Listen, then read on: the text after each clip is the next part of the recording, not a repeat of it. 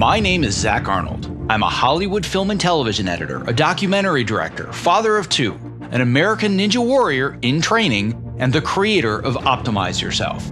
For over 10 years now, I have obsessively searched for every possible way to optimize my own creative and athletic performance, and now I'm here to shorten your learning curve. Whether you're a creative professional who edits, writes, or directs, you're an entrepreneur, or even if you're a weekend warrior, I strongly believe that you can be successful without sacrificing your health or your sanity in the process. You ready? Let's design the optimized version of you. Hello and welcome to the Optimize Yourself podcast. If you're a brand new optimizer, I welcome you and I sincerely hope that you enjoy today's conversation. If you are inspired to take action after listening today, why not tell a friend about this show and help spread the love? And if you're a longtime listener and Optimizer OG, welcome back. Whether you're brand new or you're a seasoned vet, if you have just 10 seconds today, it would mean the world to me if you clicked the subscribe button in your podcast app of choice. Because the more people that subscribe, the more that iTunes and the other platforms can recognize this show, and thus the more people that you and I can inspire to step outside their comfort zones to reach their greatest potential. And now on to today's show. The quality of your life often comes down to the quality of your relationships. Whether it's at work or at home, how you interact with those around you plays a huge role in how you rate your well-being. Are you running around putting out fires, reacting to whatever pops up in the moment, while never finding time for the more important things? Or are you instead calmly observing the situation and the circumstances around you and responding in a thoughtful, constructive way and prioritizing your top values? Well, if you find yourself in the former camp like most people do, reacting rather than responding, then today's guest is going to help you flip that script and improve the way that you both work and live. Jason Barger is a globally celebrated author, speaker, consultant, and a thought leader. He was a tremendous asset to me while I was directing and producing my documentary film Go Far, the Christopher Rush story. And he is committed to strengthening leadership, culture, vision, and values using his 6-step framework that he calls the 6 A's.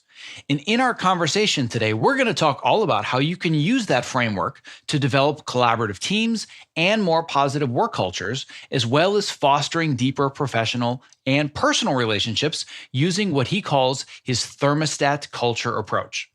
Listen, if you are tired of working for a company or a team that values busy work above actually being productive and getting things done, then this episode is a must listen.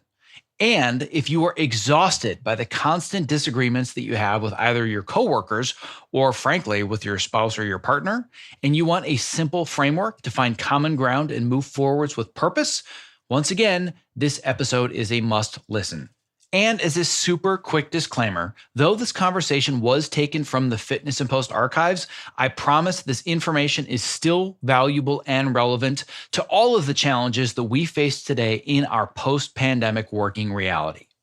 Now, if you're struggling with creative burnout right now, or you find yourself sacrificing time away from family when you know deep down that it doesn't have to be this way, then I invite you to download my ultimate guide to optimizing your creativity and avoiding burnout, which offers over 50 pages of my best tips, tricks, and strategies to consistently stay focused and energized throughout your long work days when you're trapped in a dark room that most likely has no windows.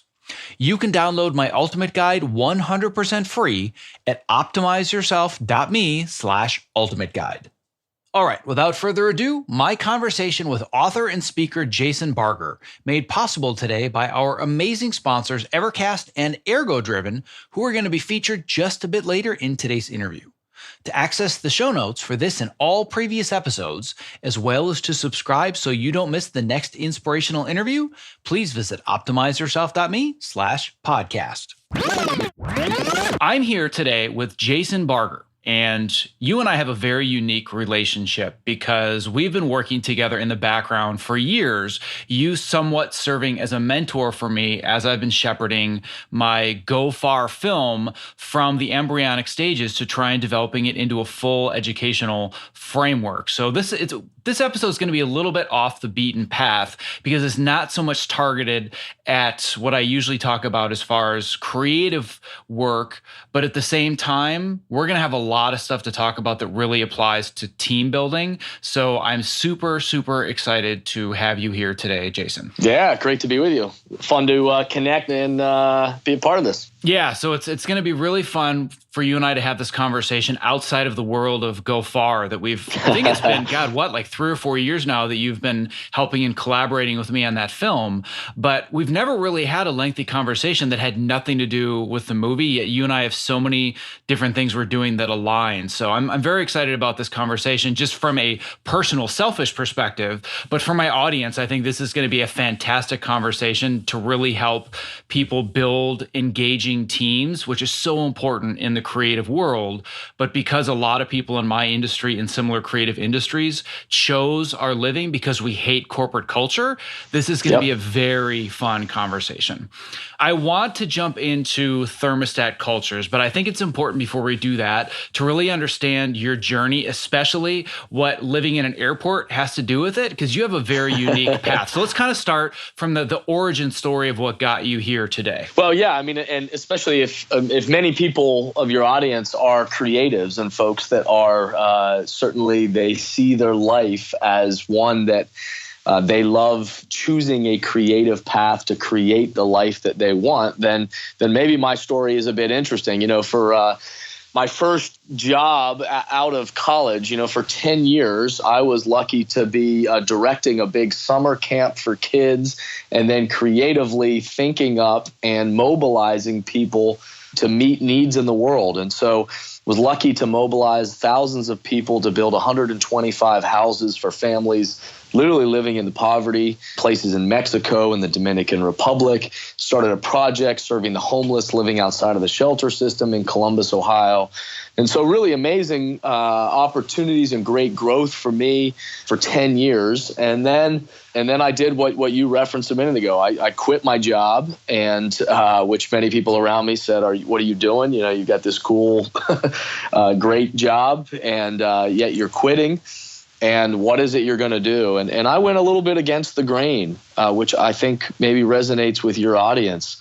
And that is that from a creative perspective is I chose to take a risk and dive into creating this book called Step Back from the Baggage Claim, where I spent 7 days living in 7 different airports without leaving the airports the entire time, from Columbus, Ohio to Boston to Miami to Chicago to Minneapolis to Seattle to San Diego. 7 cities in 7 days without leaving the airports, and just watching people, watching the way that we human beings are literally moving throughout the world every day.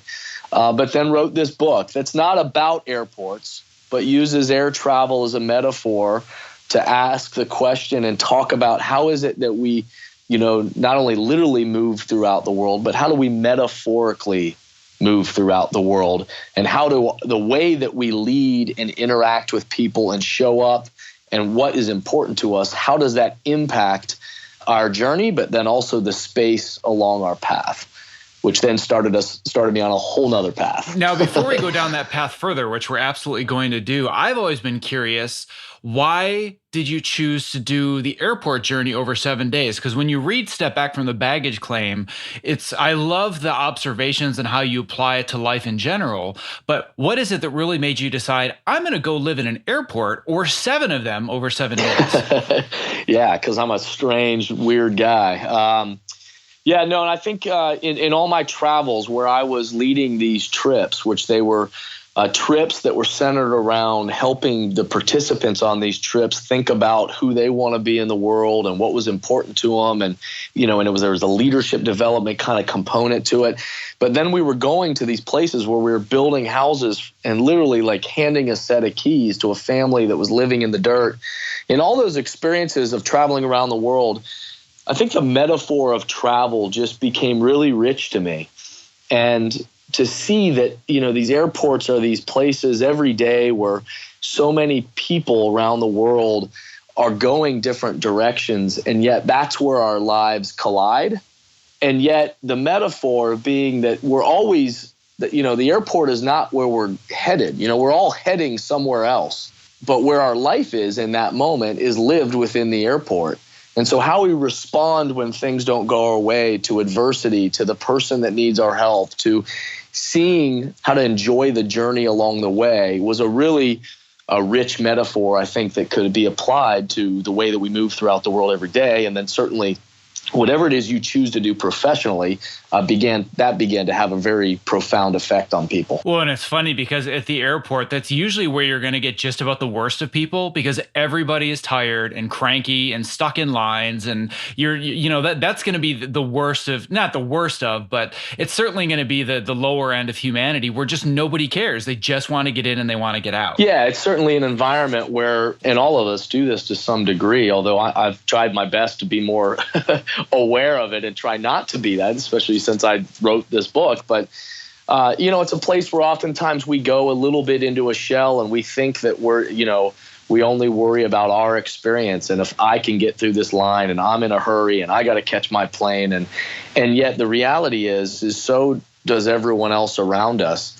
And oftentimes what that leads to, you're right, is heightened stress, heightened anxiety. And oftentimes it brings out not the best in us.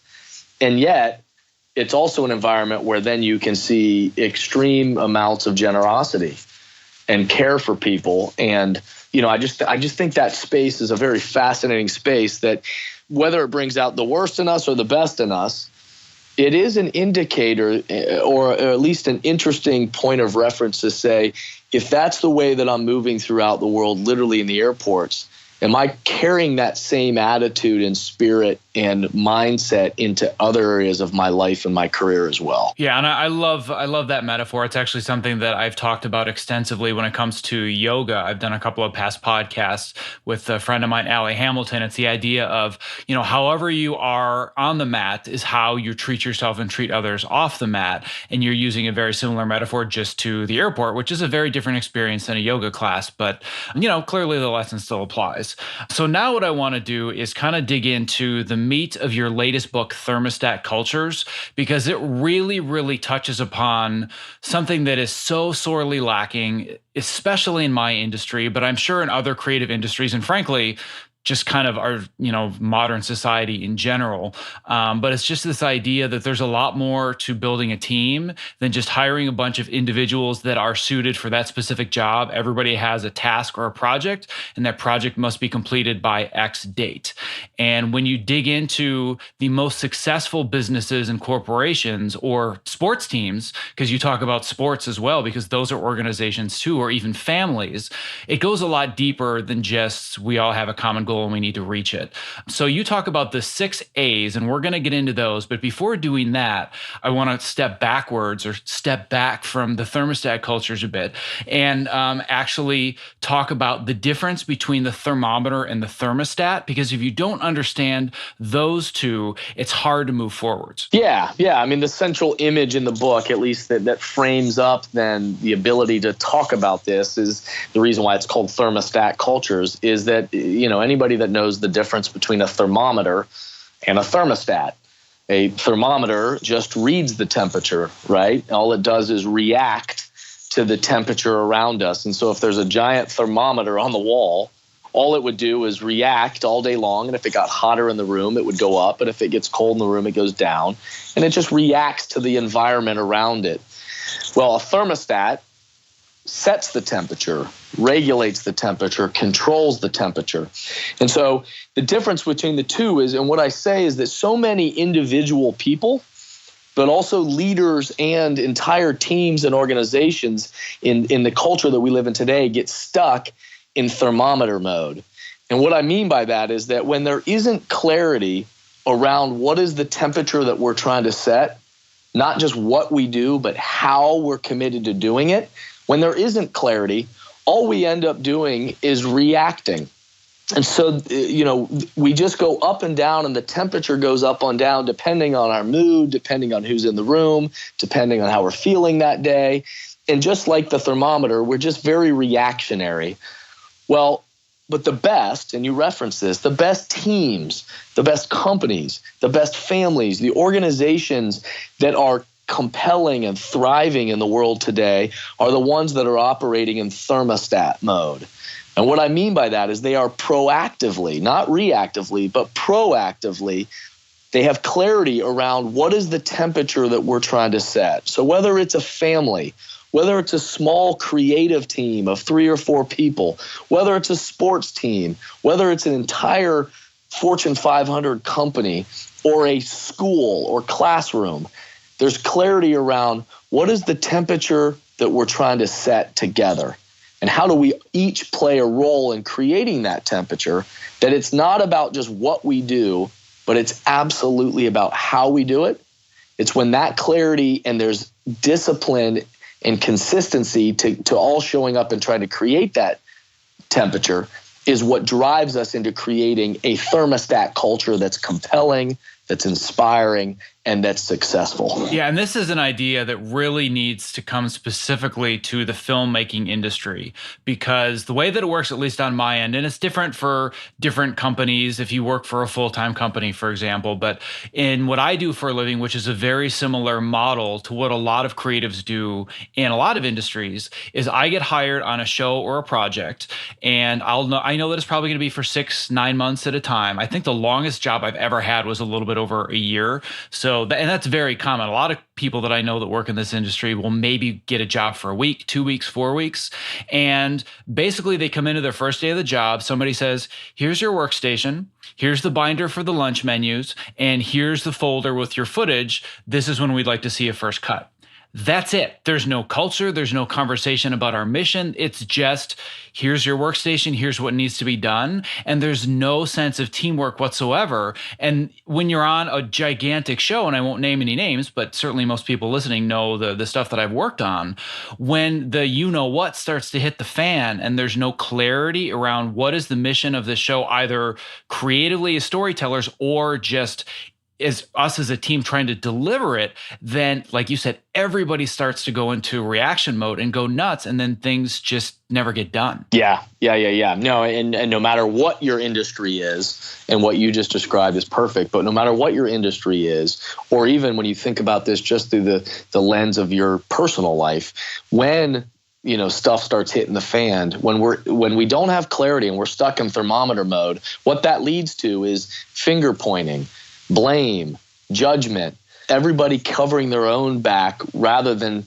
because if there isn't clarity or connection to a mission that's greater than ourselves or what we're all in this to try to create together, then what it leads to is a lot of nobody takes personal ownership and everybody covers their own back and typically blames other people, points the finger somewhere else. And so it's typically very narrow-sighted, rather than when there is that clarity, that there is a broader view of how do I play a role in helping to create something that's bigger than me. And instead of pointing the finger with blame, how do I become solution driven and begin also to take personal ownership over, okay, now what can we together do for a better outcome? Yeah, and that was always my approach and has been on any project where something does go wrong, and inevitably it always will. It's never, who did that? It's more, all right, let's find out why this happened. Great, so I see that this happened because of that. How can we improve this in the future and fix it with no blame whatsoever? But when I try to take that approach with these larger studios and organizations, the response is, well, we don't have time. Let's just keep going.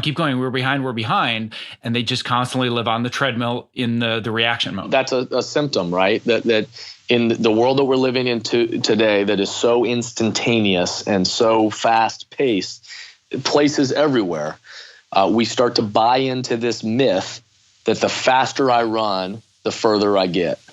And so the comment that you just said of we can't take the time, we're on our deadline, you just got to get going, shut up and do your work. We think that we're going to actually be more effective when we do that because we don't have time. Yet there's research and studies and things that show us that what that's leading to is this this belief that busyness equals effectiveness. That if I'm just busy and I'm just doing a bunch of things, that means I'm effective, when the reality is busyness does not equate to effectiveness. And it's actually the places that do stop, do step back, do take the time. We may not think we have the time, but we're going to take the time to make sure that we have clarity, have alignment. And in that stepping back, we actually move ourselves forward, and we're more effective with accomplishing our highest priorities rather than this just incessant rush of busyness to try to hurry up and do the next thing. Yeah, and that's something that I will write about and talk about incessantly. I'm surprised that somebody hasn't turned this into a drinking game yet, where I say it's all about working smarter, not working harder. And I don't know if you're familiar with Greg McEwen, but I had a full podcast with him talking about the idea of doing less but doing it better. And I think the important question that I always tell somebody that they need to ask themselves or their team is not, am I doing everything that I need to be doing? It's, am I doing the right things? And in order to know if you're doing the right things, you have to step back and you have to assess those things. And that's where I want to go first, is you have the 6A process for leading change. And I want to walk people through these steps. So if they're saying, oh my God, yes, this is so the culture that I work in, but nobody wants to listen, if they can come to them with just a really basic framework, somebody might actually want to affect some change. So let's start with the first one, which is assess. Yeah. Well, and let me also say that this is the 6A process for leading change is a framework. You know, if you're having frustration right now, that the place where you work or the group that you're a part of, that they don't have that kind of clarity, and yes, you're banging your head against the wall of helping them have a framework so that they can have language that will bring people together.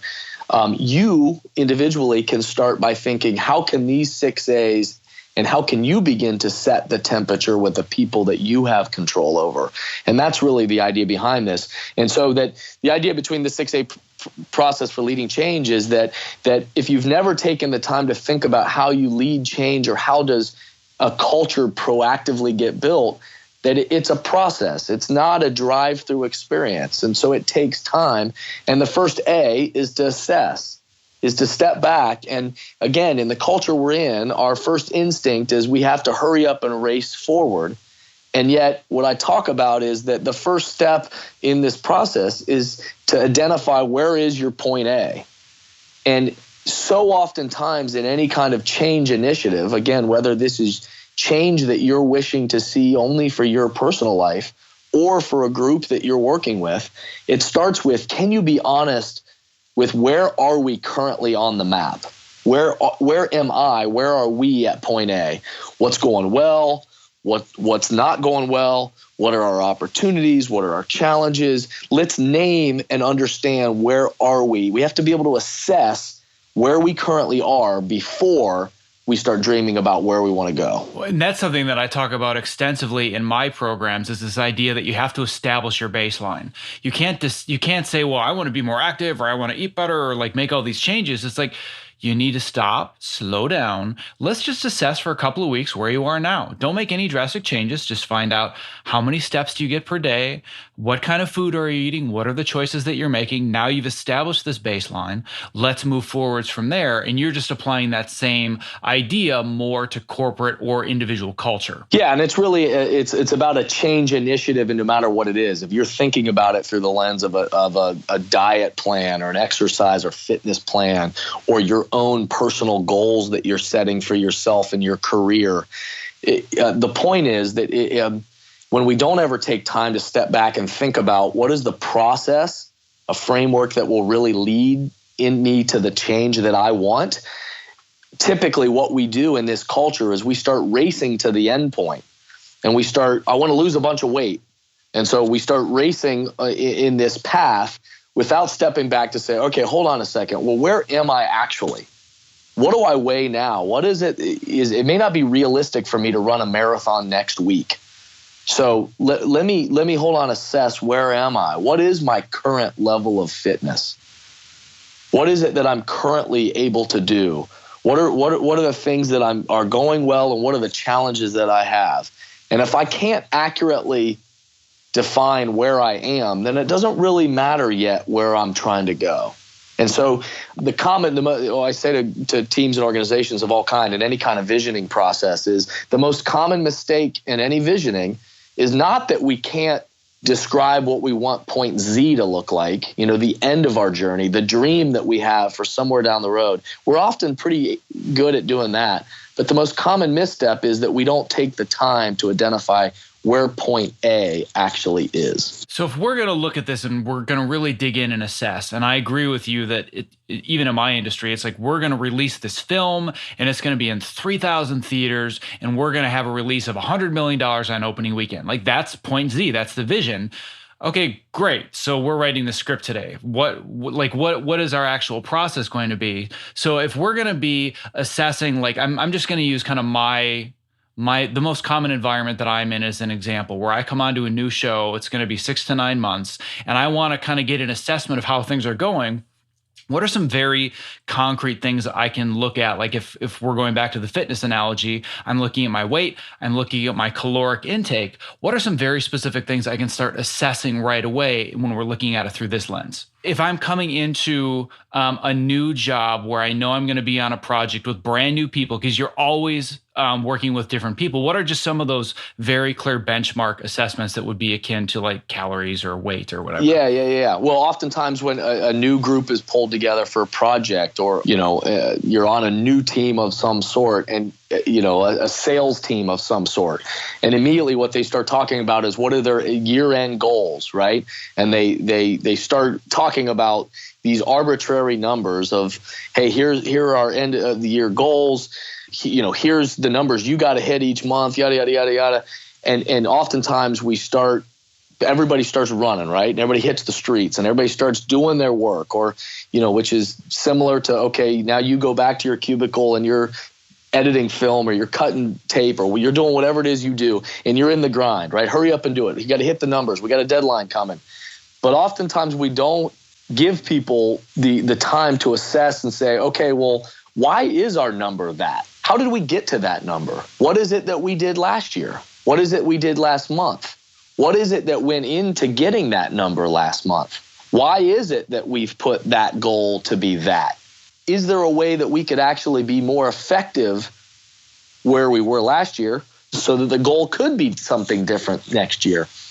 And oftentimes when we're in that repetitive pattern, we're so looking out, ahead that we don't take the time to actually say, okay, well, what is it that we're going to do right now? So the best places are the ones that pause and assess, okay, this is where we were last year, and this is what went well, and this is where we fell on our face, and this is where it didn't work out for us, and this is why we think it didn't. The teams that are in the habit of doing that debrief after a project of not just what went well, but what didn't go well. Those are the ones that are able to assess so that then they're able to move forward. Yeah, and I could not overemphasize that enough. And I think that the key benchmark that makes the most sense in this analogy would be deadlines and schedules. Because when I'm brought into a project, or anyone else in my industry is brought on, you're brought in one day before everything goes nuts. So if let's say that they start shooting a project on a Monday, that means you're going to get your raw footage on Tuesday morning. So they say, well, we're going to give you a day to come in and set up your desk and hang your pictures and set up your email address. And then Tuesday morning, like you said, you're off and running. But I've always lobbied for, and I never get this, where I say, listen, bring me on a couple of days early. Let me speak with the producers, go over the schedule and the calendar, because never have I come to a show where I've said, oh yeah, this calendar makes sense and we can totally hit these deadlines. They're always ridiculously overestimating the amount of time that they think they're going to be able to deliver this. So they say, oh yeah, no, we're going to be on the air at this time. We'll be fine. And then inevitably 2 months down the road, all of these things are converging. Everybody's way behind. There's massive amounts of overtime. And I hate to be that guy, but I'm like, yeah, we kind of saw this coming, but nobody wanted to talk about it. And I think that's one of the biggest areas, at least that I've seen over and over, is this lack of assessment for schedule and what the individual employees are going to be put through as far as their lifestyle. I mean, that's what my entire program was all about, is trying to find work-life balance in the hectic craziness of doing creative jobs. So if there's anything that you're really looking to assess when you come onto a new project, do the debrief about the schedules, ask everybody, is this realistic? Can we hit these marks? Where are the pain points? Where are the bottlenecks? And can we anticipate?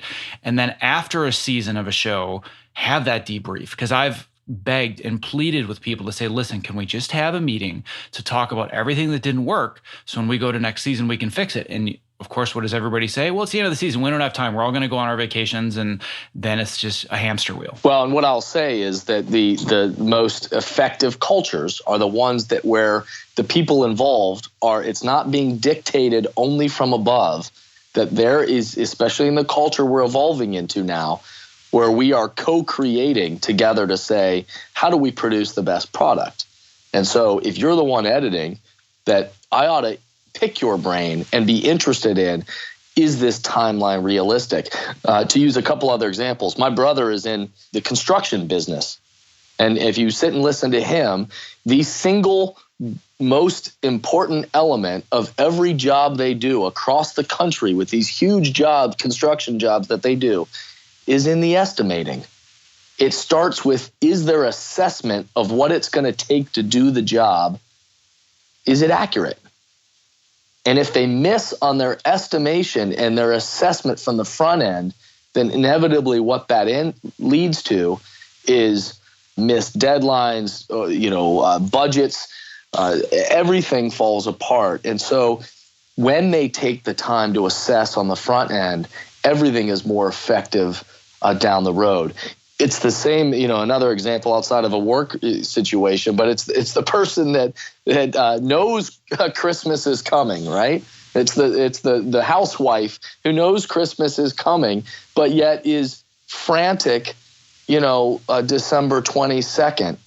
And yet, if there was a better opportunity for them, the ones that enter that and navigate their way through that, oftentimes do a better job of pre-planning and assessing, okay, I know what happens December 24th.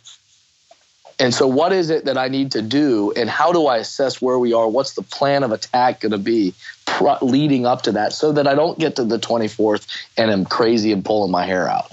It's the same thing on a personal level as it is on a professional level. Yeah, and I've seen that exact mindset where it's the night before you're airing the season finale of a show, and everybody's losing their minds. It's like, guys, this all could have been prevented. Like, it's serious. This really all could have been prevented, and we all saw it day one. But it's everybody has these blueprints. Well, this is how we do it. This is our schedule for every show. And they're never assessing, oh, maybe this needs to be different for this type of show. But where I want to go next is to probably what I would consider my favorite word in the English language, which is why. Why is a question that I ask like I'm 3 years old of everything, and I dig in deeper and deeper as to why something happens, why something works the way that it does, which brings us to the second step of this process, which is align. Yeah, absolutely. I don't know how anything special ever happens when we don't understand why it is that we're doing it. In the book, I talk about how oftentimes we have it backwards. We work from the outside in, which means we think about the what, and then eventually maybe we'll consider the how. And very rarely do we get to the center, which is, why are we even doing this?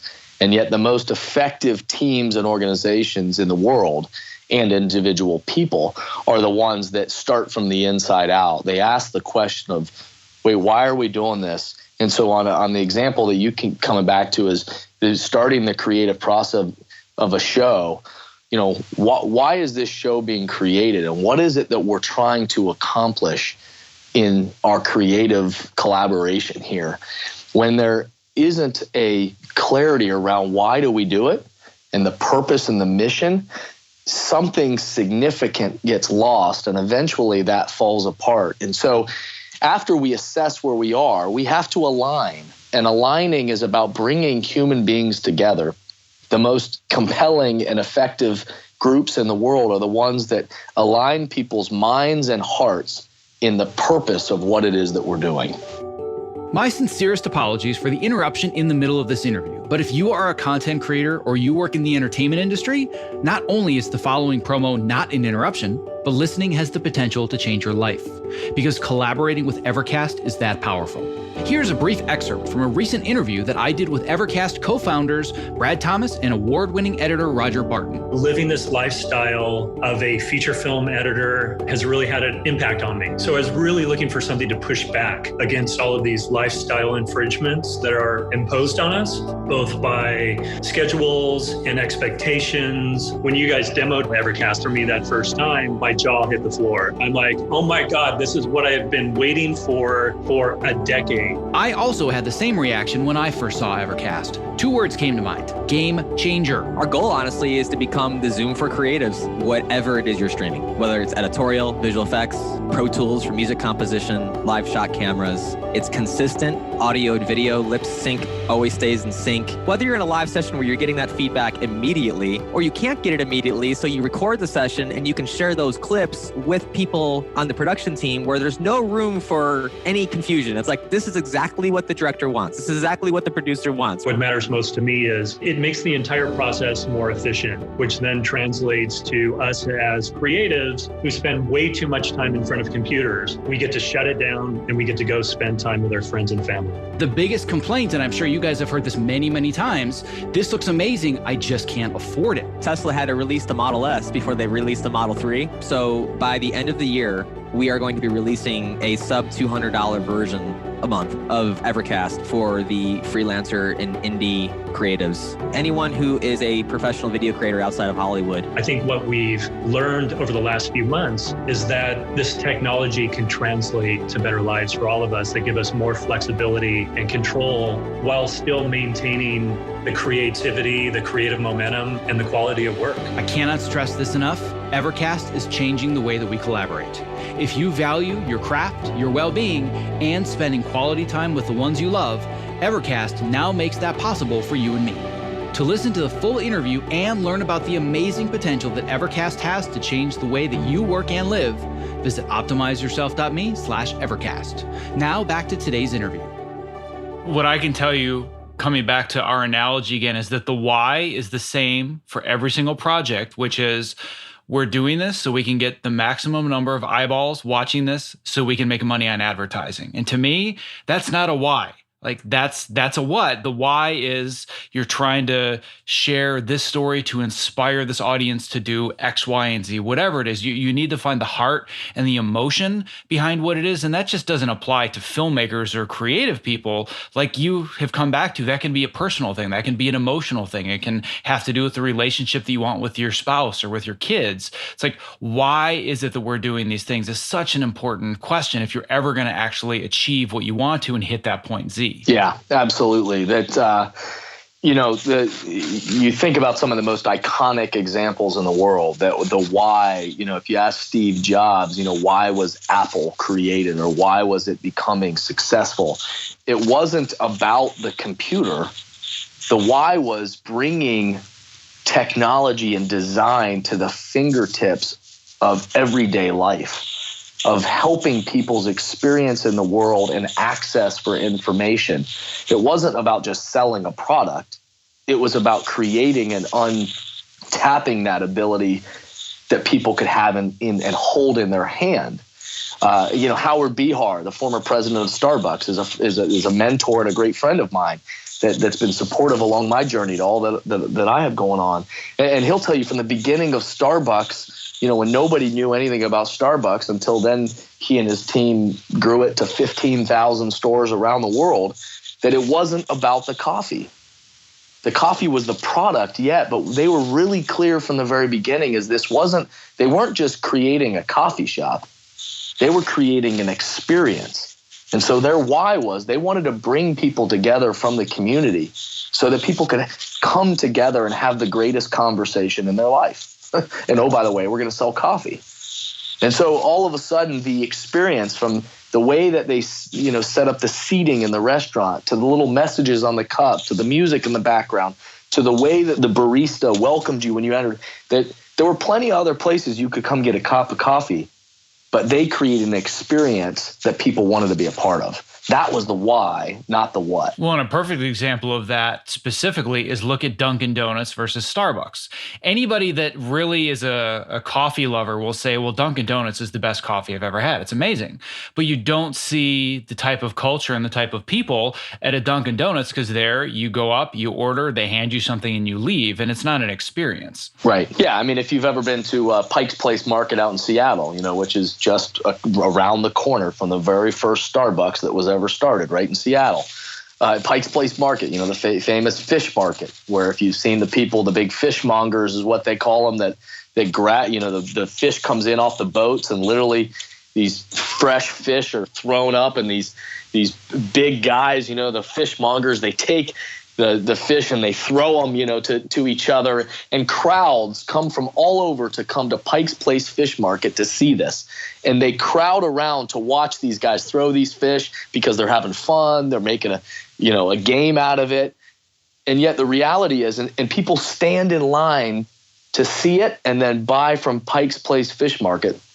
And yet if you've ever been there, you'll notice there are fish markets on either side of Pike's Place, like multiple places where you can get the exact same fish out of the exact same waters, and yet people will stand in line to go to the Pike Place Fish Market because of the experience they create. So now we've gone through, we've assessed the current culture that we have. We've found our point A, and we've started talking about aligning everybody around this specific why. So it's not just here's our goal, here's what we need to achieve. It's here's the deeper reason why this is important to all of us, and this is going to keep us moving. So now we're going to start to aspire to something. So let's talk a little bit about that step. Yeah. So, once you've got your point A, and once you start bringing people together and aligning them around, are we into this? And are we buying into the why we're even doing this in the first place? Then we can begin to aspire. And that is, now we can begin to look out the windshield, not the rear view mirror, but we can look out the windshield and say, well, where is it that we desire to go? And when we're talking about building the culture of a group of people, whether that's your family or your team or your company, to ask the question of what is the culture that we desire? If we had to try to think about not just where we are, but what is it that we want to be different about what we experience? Not just what we do, but how we do it. What do we want? What is that culture that we desire? And so when you think about companies that are known for their culture, or teams that have been most effective, sports teams over time, or that family that you've watched that you say, man, they just have a cool family. Chances are that they have had clarity at some point where they've said, no, this is what we proactively are trying to create together. And so they have a vision of what they aspire to be. And this is something that I can really speak to from the personal level. It's harder to talk about when it comes to the business side of things, because usually I'm just coming into an already existing project or culture, and it's harder to really have those personal aspirations. But when we bring this into the personal sphere, this will be like really personal sharing this. And frankly, most of my audience knows more about me than my wife does at this point. But basically, my wife and I have gone through a very similar process where when we had our two kids, who are now 7 and 4.5, we were just running in circles trying to survive. You try and get the kids up, you put the diapers on, you get them to school, and we completely lost sense of who we were as a family. And I finally said, I know that there's a lot going on, but we just need to start having these deeper conversations about what is this family? What do we really want it to be? And what experience do we want to give our children? And once she and I kind of got through some, because with any marriage, no matter how healthy it is, when you have two kids, it is hard to maintain a healthy relationship. And I mean, it's anybody listening to this that has kids, they're just nodding their heads emphatically right now. But once, and I went to this conference, and they were talking about this amongst many other things, but on the board, the person speaking just put up one word, and it was attention. And it was, are you giving these things that are important to you attention? I was like, nope. That's the problem. So once we started to give it attention and decide what is it that we aspire to be as a family, everything started to change. Everything. And that's also happened in my professional life too, where I said, what is it that I really aspire to be as a professional? And that has changed the course of my career because I've been very clear about these are the types of jobs that mean something to me, that are worth giving 70 hours of my week to, as opposed to, oh, this is just a paycheck. And that's all about aspiring. And I love one of the analogies you brought up, kind of going back to the sports analogy with Coach K, who I think, isn't he the winningest coach like in the history of any sport ever, but especially in college basketball? Yeah, he's certainly in the modern era. Yeah. Yeah. And he said, when he brings his team together, and I'll let you go through this further, but he says, we don't have rules. We have standards that we decide on together. And this is such an important process. So can you kind of talk about that a little bit more? Yeah, he does it with every team, even if he has the exact same team back this year that he had last year. Which is, again, a great reminder to those of us that are building that family or building that team or continuing that culture with our company or organization, wherever it may be. But he gathers them again and he says, all right, well, what are our standards for this year? What are our standards for being on this team? And he very specifically draws the distinction between rules and standard. He says, we don't have rules on this team. There are no rules where rules are somebody else's expectations that they're placing on you. I don't have rules, but what I do have and what we do have are standards. Now, what do you want our standards to be? And every year there's a proactive process that they go where it's engaging the minds and hearts of the players on their team to say, here's what I want the standards for the team to be. This is not just what we do. We're not just a basketball team. This is how we're committed to doing it. And together they create the standards for what they want. That this is the way they're taking time to say, what kind of team do we aspire to be? And then from the aspiring, the next part of it is to articulate, which these two are so closely linked that once you aspire to say, here's the temperature we're trying to set, then you have to be able to articulate that. So from Coach K asking that of the players, then they have to be able to find language, because language helps drive behavior. And so for that word that you just used a second ago, to be able to say, we need attention. What is it that we're going to give attention to? All of a sudden, that language drives a behavior in you. And so for his teams, they identified language that would say, okay, this is the temperature we're trying to set. These are our standards. And now they could hold each other accountable to those standards and say, are we living up to those or are we not? If this is the temperature we're trying to set, then we're going to be really clear on what it looks like when this goes well. And we've got to be able to articulate. That's the next day. We have to be able to articulate what it is, what this looks like in action and behavior, so that we can bring our aspirations to life. Well, if I were to choose one of the 6 A's where I could pull off an entire spin-off hour-long show that applies to my industry, it would be articulate. What I want you to bring up, if you're comfortable with it, because it's in the book, I'm going to assume you are, is your own personal anecdote with an area of your life where this articulation didn't happen and a life was literally at stake, because this is the perfect analogy to how my industry runs every single day. Yeah, the last few years of my life with my parents' health has not been great, and I lost my mom to cancer almost 2 years ago, brain cancer, and at the same time, my dad, for about 5-year period, these last 5 years, has been in and out of the hospital with kind of everything known to man, and so.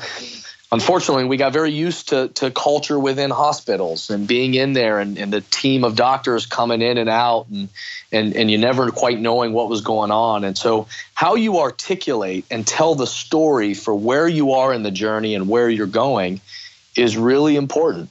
And so we got in the habit of, when you'd see a doctor come into his hospital room, you'd follow in because you wanted to make sure you were there, because oftentimes the person in the hospital bed doesn't remember what the doctor told them. So they need other people to be there to help understand what the story is. And so this one day I followed this team of doctors into my dad's hospital room, and there was about 6 or 7 docs that were all there, and they were doing their normal poking and prodding of him and listening to his pulse and asking him what his birth date is and looking at him and whispering to each other. And I usually would just stay back in the back of the room, and I'd let them do their thing. And then after a few minutes, I got in the habit of asking two questions. I would step forward and I would say, hello, my name's Jason. I'm his son. And, I would just want to know, can you explain to me, where are we right now? Where is our point A? Can you tell me, can you assess for me, how's my dad doing now? And then, can you tell me what the game plan is? What is it that you're suggesting we do next? And why are we doing it? So just those two questions. And so I got in the habit of asking those. And in this particular time, they all looked at each other, and the lead doc, she stepped forward and she said, I want to tell you, we think your dad's doing a little better. We think he's having a little bit of progress. But the situation is we can't seem to get his heart slowed down. And so what we think is needed next is we need to put a pacemaker in. We need to do a procedure, a surgery to put a pacemaker in to slow his heart down. We think that's the next step. And I paused for a second. And mostly because I was trying to figure out what to say. And then finally I stepped forward and said, yes, thank you, but my father just had that procedure done this morning. So could you please now tell me, where are we? How's he doing? And what the next plan of attack is?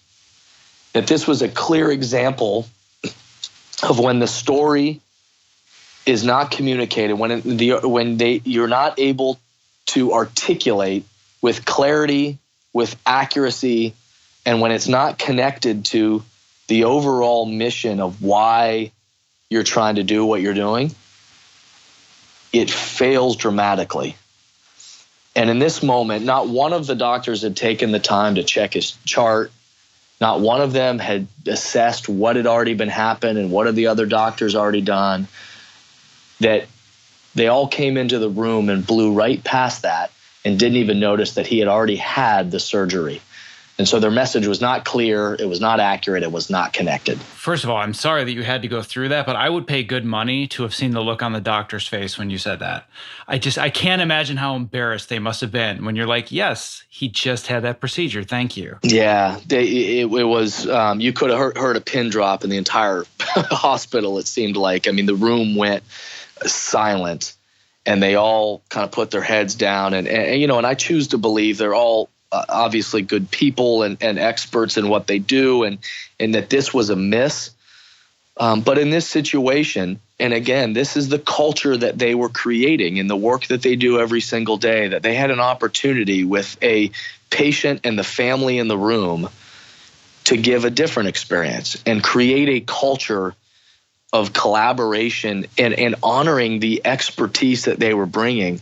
And instead, when they missed those steps of not even assessing and certainly not aligning and then not able to articulate, the entire experience fell apart. And I can tell you that the look on their face was embarrassment, they felt awful.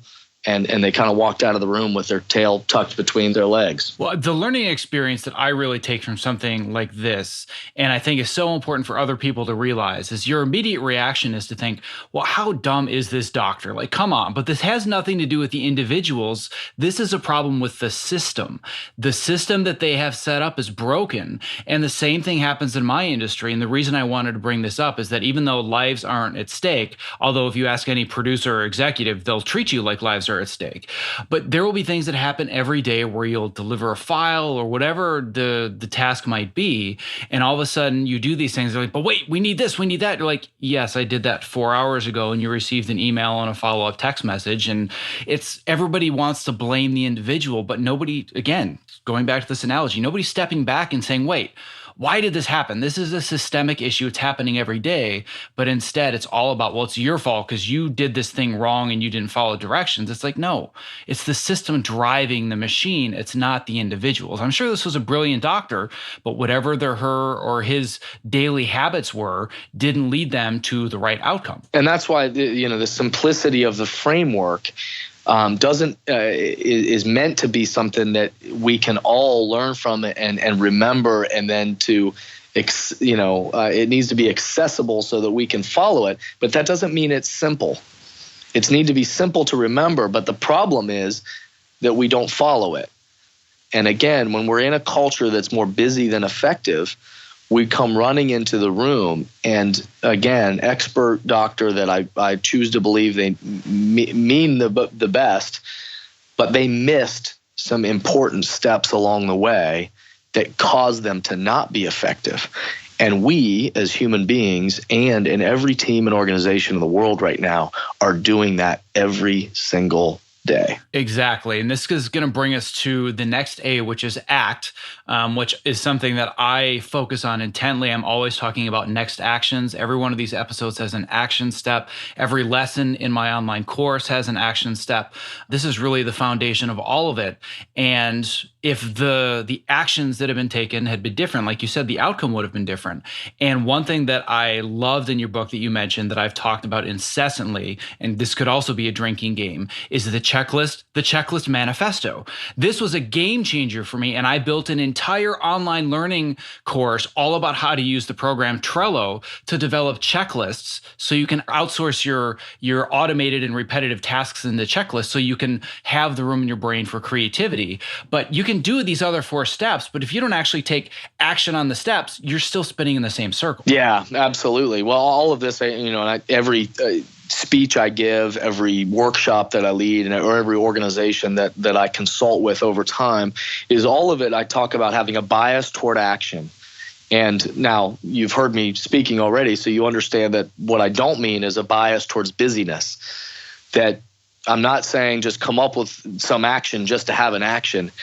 Once we assess, once we align, once we aspire, and we get clear on what we want to be different, and then we're able to articulate that, now it's time to put it to action and say, okay, what with not busyness, but intentional action, what specifically and tactically and strategically are we going to do to put things into practice so that we bring this vision to life?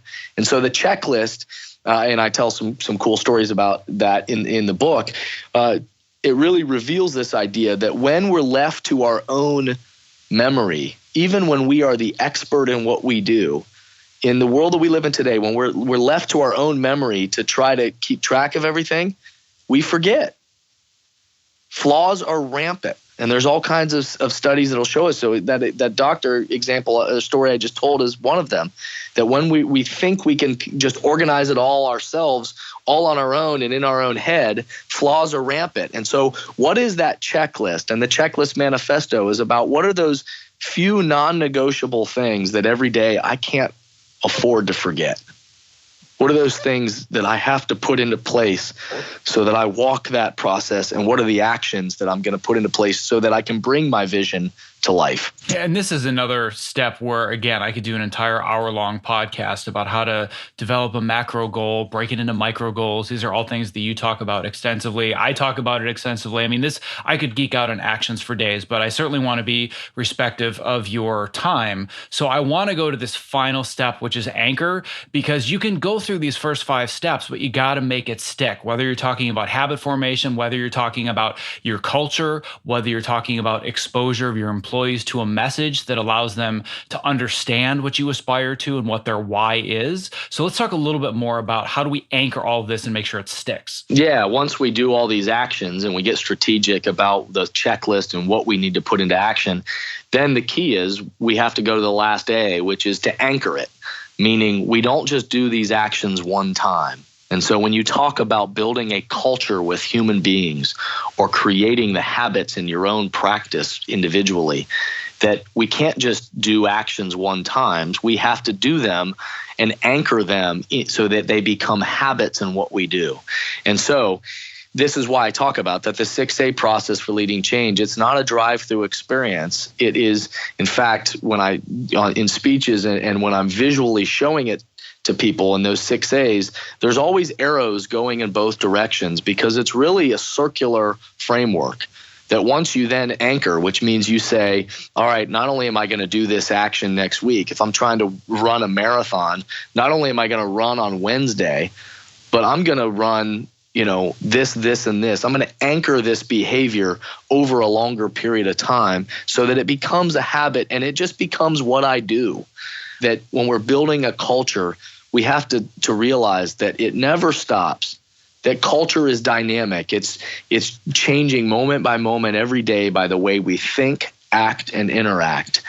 And so we have to realize that we have to, over time, anchor actions and behaviors and thoughts into the culture that we're trying to create. Yeah, and this is just exactly the idea that I will talk about in my courses as well, is that you really have to, like, for example, my focus and my why is all about figuring out how can you move more throughout the day so you can generate more creativity, more energy, be more productive, and actually have passion for what you do.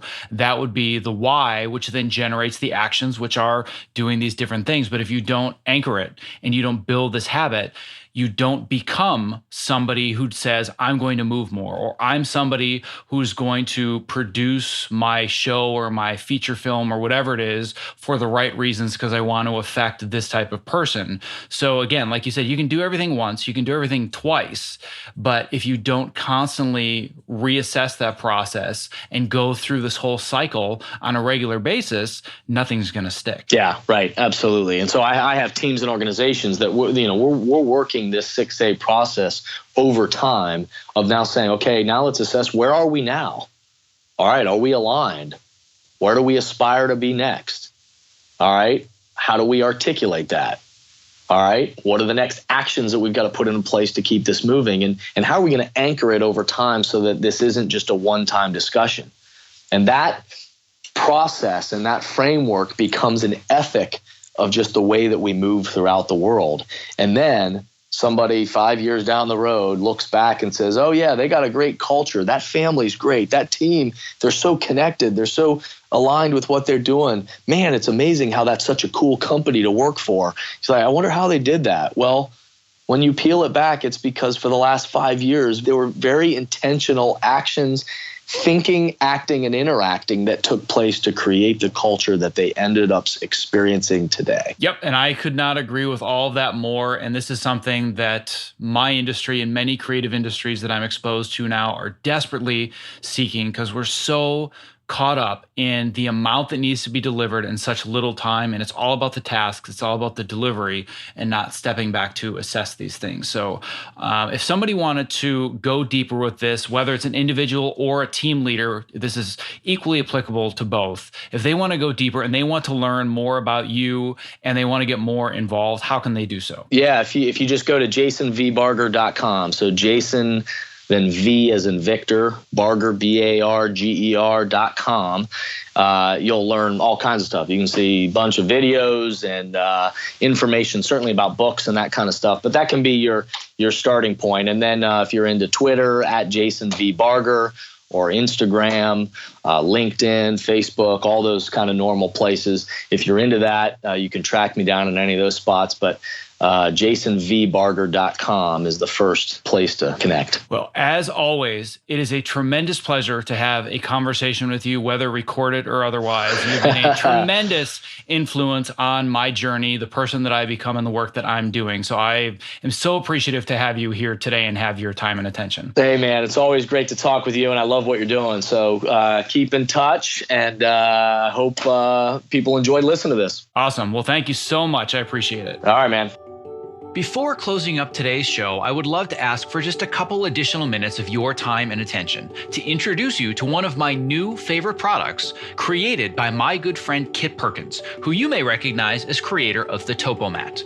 Here is a brief excerpt from a recent interview that I did with Ergo-Driven co-founder and CEO Kit Perkins, talking about his latest product, New Standard Whole Protein. I'm into health and fitness generally, but I want it to be simple and straightforward. About a year and a half ago, I started adding collagen into my protein shakes. And man, the benefits were like more dramatic than any supplement I've ever seen. So I thought, if I could just get this down to coming out of one jar and it's ingredients that I know I can trust, and you just put it in water and you don't have to think about it. When people think of protein powders, they think, well, I don't want to get big and bulky, and that's not what this is about. To me, this is about repair. So a big part of what we're talking about here is you are what you eat. Your body's constantly repairing and rebuilding, and the only stuff it can use to repair and rebuild is what you've been eating. Unfortunately, as the years have gone by, every day getting out of bed, it's like, 2 or 3 creaks and pops in the first couple steps. And that I thought you just sort of live with now. But yeah, once starting the collagen daily or near daily, it's just gone. So for us, job 1A here was make sure it's high quality, and that's grass-fed, 100% pasture-raised cows. And then the second thing, if you're actually going to do it every day, it needs to be simple. It needs to taste good. Well, my goal is that for anybody that is a creative professional like myself that's stuck in front of a computer, number one, they're doing it standing on a topo mat.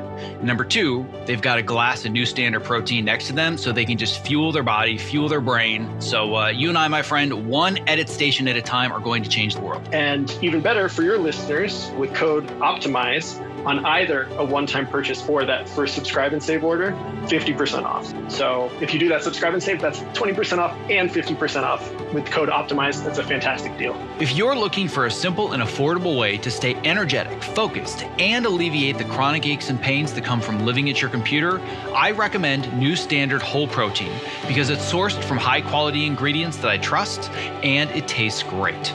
To place your first order, visit optimizeyourself.me/newstandard and use the code OPTIMIZE for 50% off your first order. Thank you for listening to this episode of the Optimize Yourself podcast. To access the show notes for this and all previous episodes, as well as to subscribe so you don't miss future interviews just like this one, please visit optimizeyourself.me/podcast. And as a quick reminder, you can download my ultimate guide to optimizing your creativity so you can not only survive, but thrive during the long hours stuck behind your workstation. To do so, visit optimizeyourself.me/ultimate guide. Because frankly, creative burnout does not have to be inevitable. And a special thanks to our sponsors Evercast and ErgoDriven for making today's interview possible. To learn more about how to collaborate remotely without missing a frame and to get your real-time demo of Evercast in action, visit optimizeyourself.me/Evercast. And to learn more about ErgoDriven and my favorite product for standing workstations, the Topo Mat, visit optimizeyourself.me/Topo. That's TOPO. And to learn more about ErgoDriven and their brand new product that I am super excited about, New Standard Whole Protein, visit optimizeyourself.me/newstandard. Thank you for listening. Stay safe, healthy, and sane, and be well.